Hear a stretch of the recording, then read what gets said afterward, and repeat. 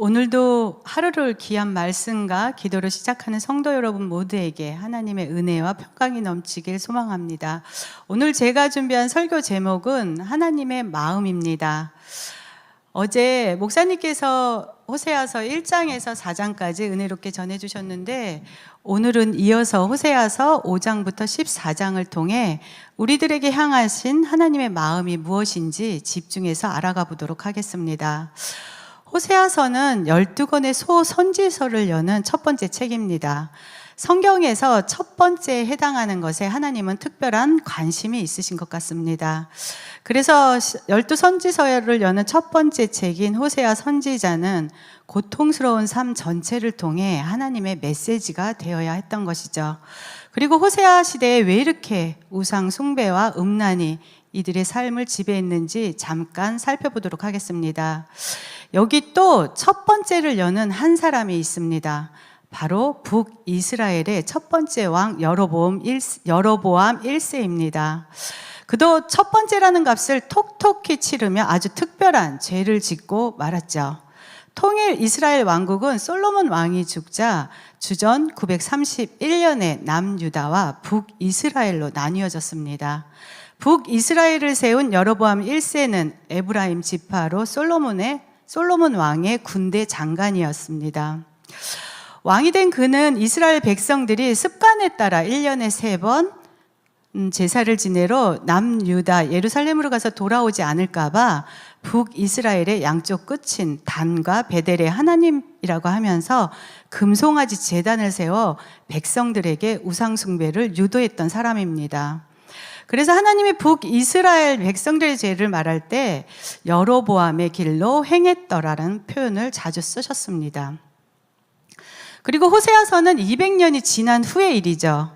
당시 여로보암 2세가 정권을 잡았던 북이스라엘은 경제적으로나 정치적으로도 안정된 상황이었지만 이들은 200년을 걸쳐서 습관적으로 하나님을 잊은 채 금송아지에 제사 지내고 풍요를 위해 바알과 아세라 신전을 찾으며 음란한 성행위들과 우상숭배를 극에 달했던 시기였습니다. 이러한 음란의 죄는 백성들뿐만 아니라 이들을 영적으로 이끌어야 할 제사장들까지도 죄에 빠졌던 시기였죠.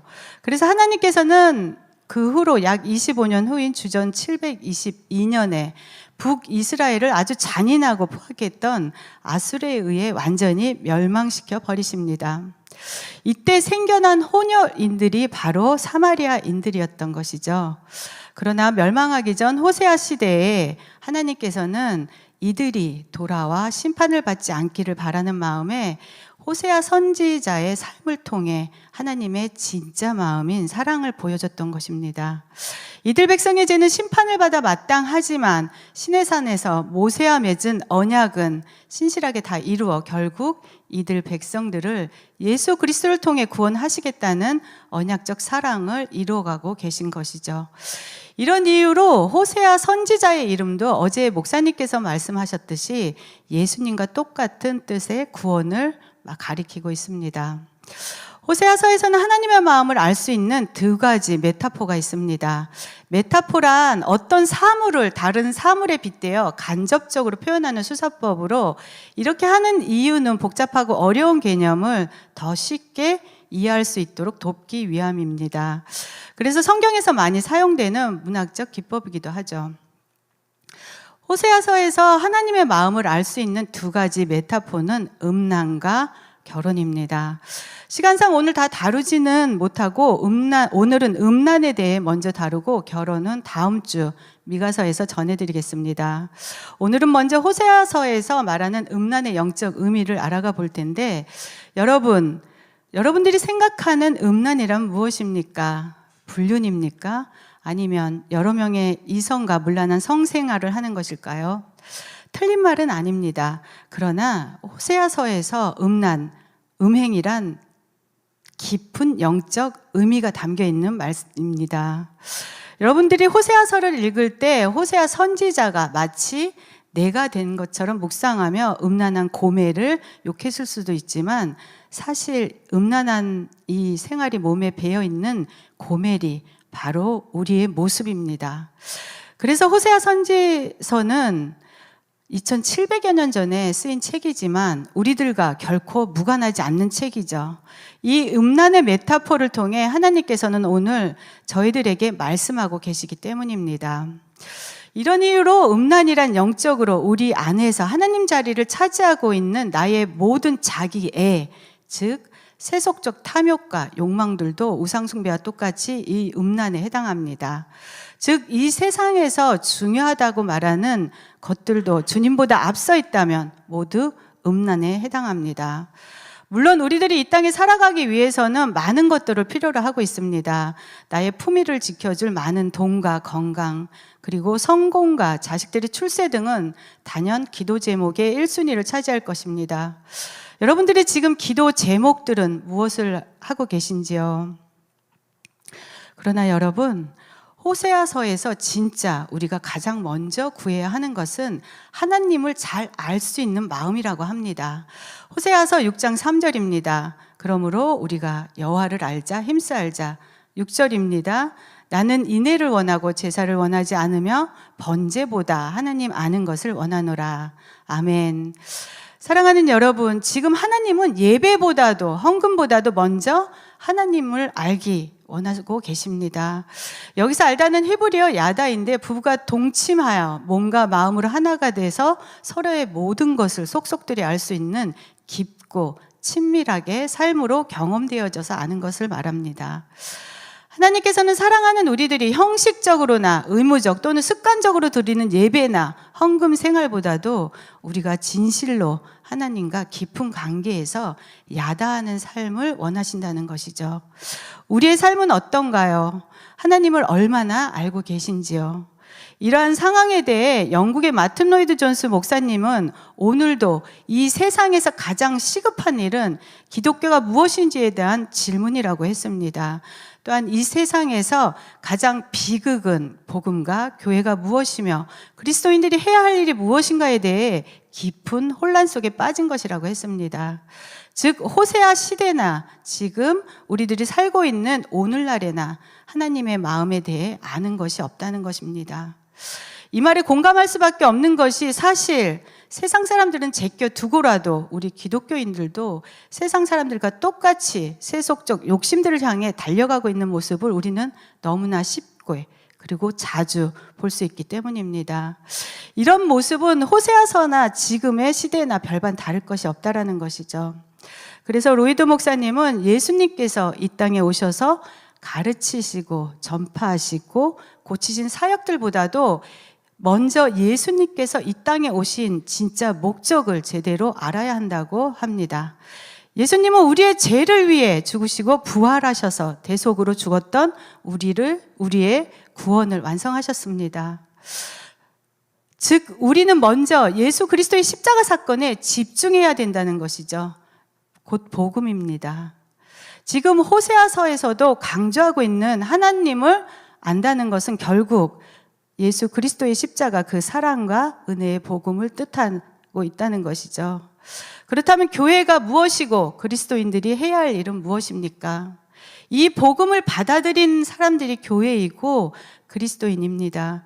그리고 그리스도인들이 해야 할 일에 대해서는 초대교회 사도들의 설교에서 명확히 보여주고 있지만 특히 사도행전 1장 8절에서 알 수 있듯 예수님께서 행하신 일들에 대한 증인의 삶이 되는 것이라고 말하고 있습니다. 즉 하나님을 안다는 것은 예수님의 증인이 되는 삶이 먼저 되어야 한다는 것이죠. 이러한 사실은 많은 지식을 요구하지 않지만 반드시 성령 하나님의 인도하심에 따라야 합니다. 우리는 이것을 먼저 구하고 찾고 두드려야 합니다. 복음으로부터 우리의 정체성이 확립되고 우리의 삶의 방향과 목적이 설정되기 때문에 복음은 우리의 삶 속에서 가장 중요한 기독교의 본질인 것이죠. 그래서 오늘 호세아 선지자도 하나님의 말씀에 순종하여 자신의 모든 삶을 예수 그리스도의 구원과 사랑을 보여주었던 것입니다.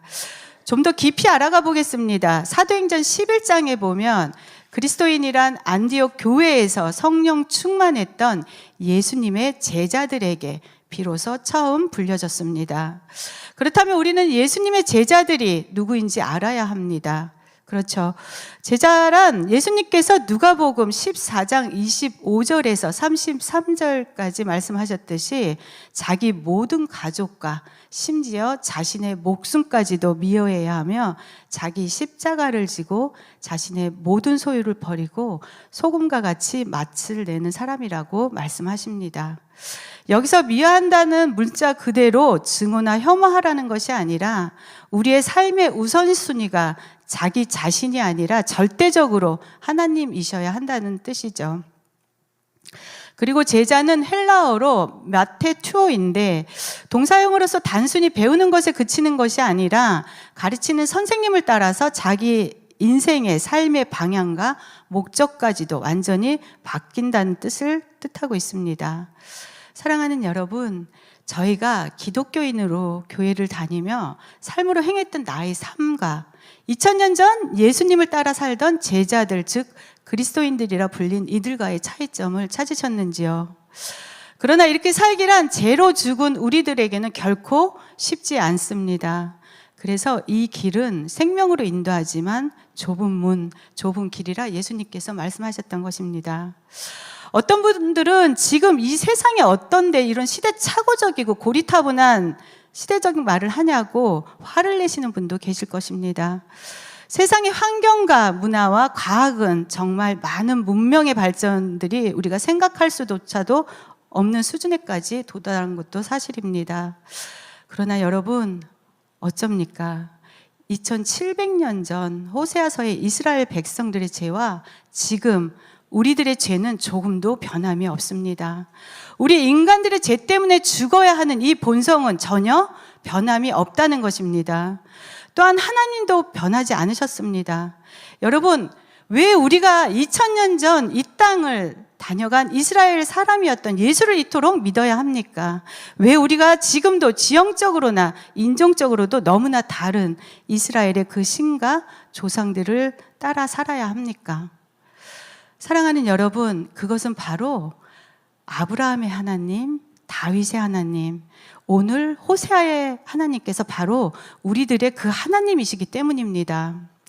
그리고 우리 입장에서 가장 중요한 사실은 우리들의 죄로 인한 저 처참하고 비극적인 고통의 삶의 굴레인 죽음에서 우리는 절대 스스로 벗어날 수가 없기 때문이죠.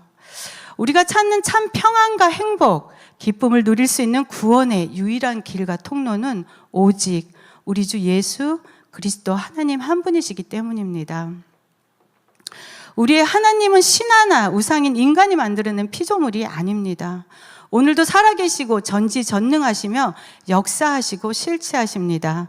지금도 저와 여러분들의 삶에 개입하셔서 우리를 구원의 섭리로 이끌어가고 계시죠. 그러기에 복음에 의해 세상이 바뀌어진 역사적 사실들과 사회적 변혁들을 우리는 인터넷에서 아주 쉽게 찾아볼 수 있습니다. 시간상 다 다루지는 못하지만 한 예로 1517년 10월 31일 독일의 비텐베르크 성당 정문 앞에서 95개조 반박문을 내걸었던 마틴 루터는 당시 1000년 동안 하나님과 성경보다 더 권위를 세운 교황의 그 비리에 오직 성경으로 돌아가고자 종교를 개혁했습니다.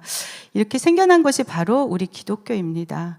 또한 영국의 성령 부흥 운동으로 당시 노예제 폐지와 여성 인권 향상 등 이 세상은 역사적으로 성령에 의해 많은 종교적, 사회적, 문화적 개혁들을 만들어 왔습니다. 이렇듯 하나님은 지금도 당신의 구속사를 이끌며 당신 백성들을 바꾸고 계시죠. 여러분들의 삶은 지금 어떠하십니까? 호세아 선지자도 주장했듯 우리는 그러기 위해 하나님을 바르게 알고 매일매일 매 순간 예수 그리스도 안에서 말씀과 기도로 나의 삶 전부를 재세팅해야 하는 책임이 생겼습니다. 이렇게 살아낼 때 영적 음란을 극복하는 열쇠가 된다는 것입니다. 하지만 바쁘게 산다는 이유로 일주일에 한 번 교회 다니면 됐지 매일 매 순간 말씀과 기도로 어떻게 생활하며 돈을 벌 수 있느냐며 혹시 예수님을 짐짝 취급하지는 않으신지요? 또 내 사역이 너무 열심인 나머지 예수님께서 방해가 되어 치워놓고 있지는 않은지요? 마태복음 7장에서 사역을 아주 열심히 한 무리들에게 무서운 예수님의 심판과 마주하게 됩니다. 그 날에, 이 날이란 마지막 예수님 재림의 날이고 심판의 날이죠. 개인적으로는 죽음을 맞이하는 그날이 됩니다.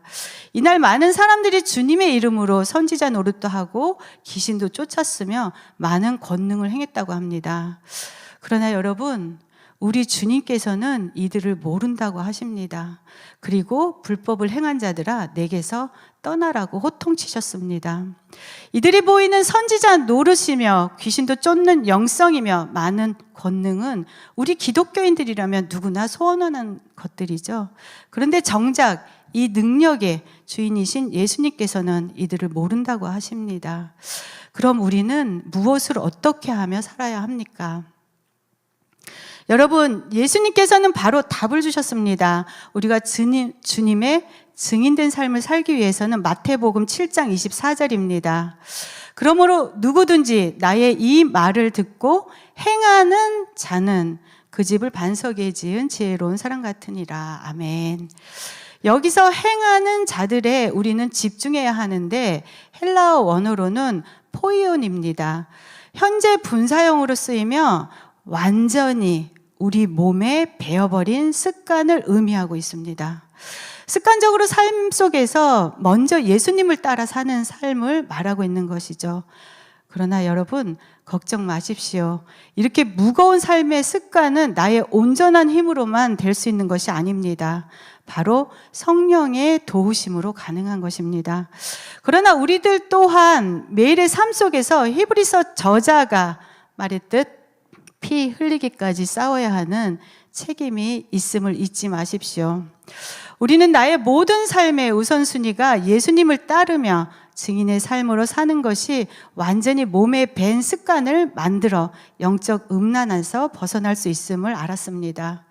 그래서 어떤 큰 업적과 능력을 보이는 삶이야말로 하나님께서 기뻐하실 거라는 생각에서 이제는 벗어나야 합니다.